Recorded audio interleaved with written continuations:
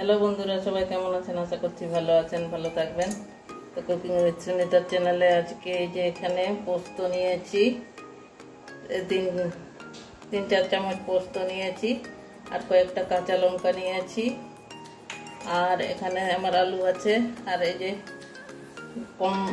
কুমড়ো পাতার সেই কি বলে এগুলো ডাটাগুলো, এই কুমড়ো পাতার মধ্যে যেই ডাটাগুলো থাকে ওই ডাটা দিয়ে আজকে পোস্ত দিয়ে আলু দিয়ে রান্না করব। আর সবাই জানেন কিভাবে ছাড়াতে হয়, তাও একটা এই যে এইভাবে ছাড়িয়ে নিচ্ছি।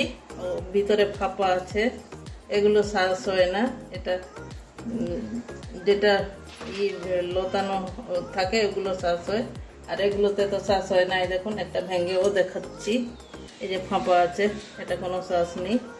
তো এইভাবে আমি ডাটাগুলো সব ছাড়িয়ে নেব, কিছুটা ছাড়িয়ে নিয়েছি। এই যে এভাবে ছাড়াতে হয়, এগুলো ছাড়িয়ে ফিরে আসছি রান্নায় ডাটাটা কেটে।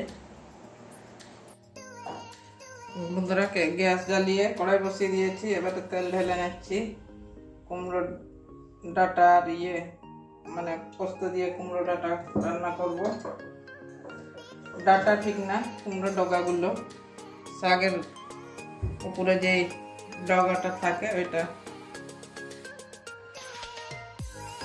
তেল গরম হয়ে গেছে, এই যে কালো সরষের ফোড়নে দিয়ে দিচ্ছি। কালো জিরেও দেওয়া যায়, আমি সরষের ফোড়নে দিচ্ছি। আজকে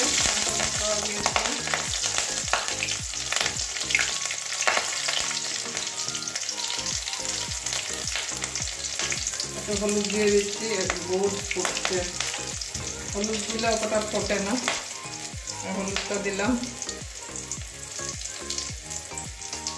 এবারে এই যে এভাবে কেটে নিয়েছি ছোট ছোট করে, এই যে আলু আর ওই ডাটাটা এভাবে কেটে নিয়েছি, এবারে দিয়ে দিচ্ছি।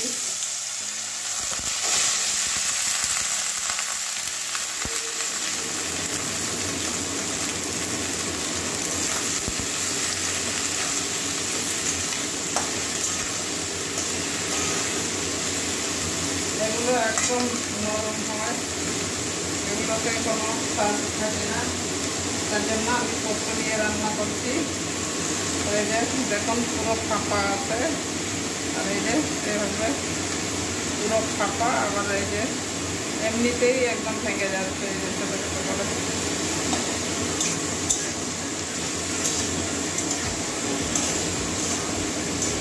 পুরো ফাঁকটা বস্তা করে খেয়ে নিয়েছি, আর ডাটাগুলো ছিল করবো, ওই জন্য ভাবলাম যে পোস্ত দিয়ে রান্না করি। কষিয়ে নেবো তেলের মধ্যে একটু আলু, এটা 2-3 মিনিট ভালো করে তেলের মধ্যে ভেজে নেব।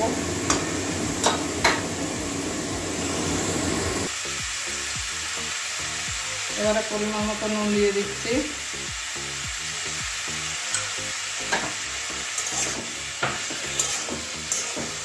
আলুটাকে জল বেরোবে, জল বেরোচ্ছে। হলুদটাও দিয়ে দেবো এক্ষুনি, অল্প, বেশি হলুদ দেবো না।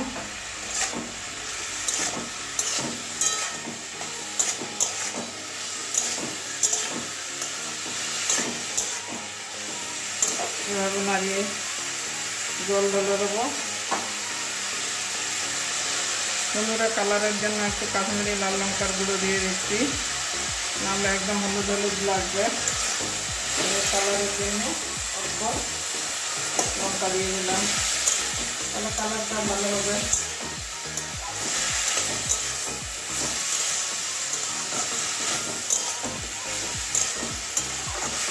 দেখেন আলু থেকে জল বেরোচ্ছে, কতটা জল বেরিয়েছে।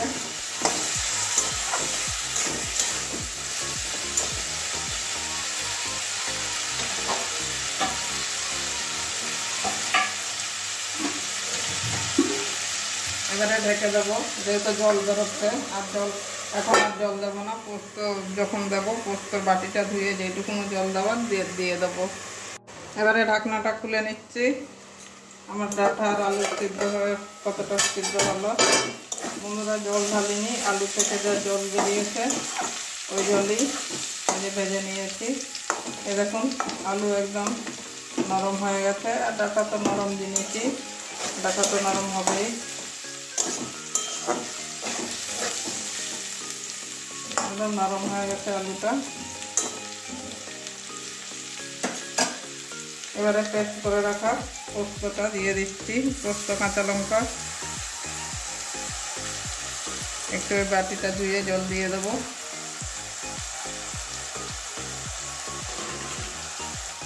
এবার এই যে পোস্ত বাটিটা ধুয়ে একটু জল দিয়ে দেবো, জল দিয়ে ফুটিয়ে নেবো।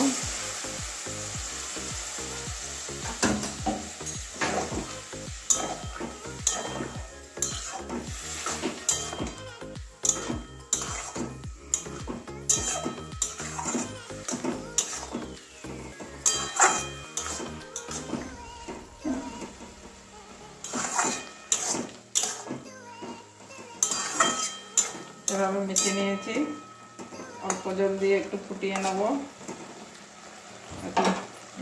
গ্যাসটাকে একটু মিডিয়ামে রেখে 2-3 মিনিট ফুটিয়ে নেব।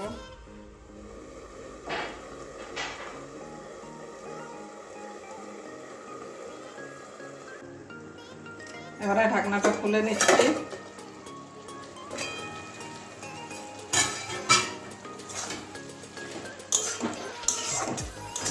এখন আমার কুমড়োর ডগা দিয়ে, ডগাও বলতে পারেন, ডাটাও বলতে পারেন, ডাটা তো না, কুমড়োর ডগা বলা যায় এটা। তো এবারে নামিয়ে নেব বন্ধুরা, হয়ে গেছে।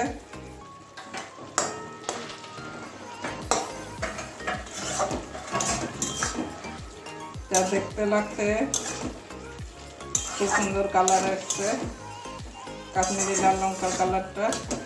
এবারে নামিয়ে নিচ্ছি, একটা বাটির মধ্যে ঢেলে দেখাচ্ছি। বন্ধুরা দেখলেন আলু আর কুমড়োর ডগা দিয়ে, মানে পোস্ত দিয়ে আলু কুমড়ো ডগাটা রান্না করলাম পোস্ত দিয়ে, কিভাবে হয়েছে রান্না করলাম সবই দেখলেন। তো অবশ্যই আপনারা অবশ্যই একদিন করে খাবেন, খেতে খুব সুন্দর লাগে। এটা আপনারা চাইলে ভাতের সঙ্গে তো খাবেনই, রুটি পরোটার সঙ্গেও খেতে পারবেন, এত ভালো লাগে এই রান্নাটা। যাই হোক, আজকের জন্য এইটুকুনই। আর কুমড়ো শাক সবসময় পাওয়া যায় না, অনেক কষ্ট করে পেয়েছিলাম। তো যাই হোক, আপনারা অবশ্যই একদিন বাড়িতে এইভাবে রান্না করে খেয়ে দেখবেন, কথা দিচ্ছি খেতে অসাধারণ হয়। আর যদি ভালো লেগে থাকে বন্ধুরা একটা লাইক তো করবেনই, আর নতুন বন্ধুরা লাইকও দেবেন, আর চ্যানেলে নতুন হলে সাবস্ক্রাইব করে নেবেন। আপনাদের জন্য কত রকম রান্না করে দেখাই, তো পাশে থাকবেন একটু। আজকের জন্য এইটুকুনই।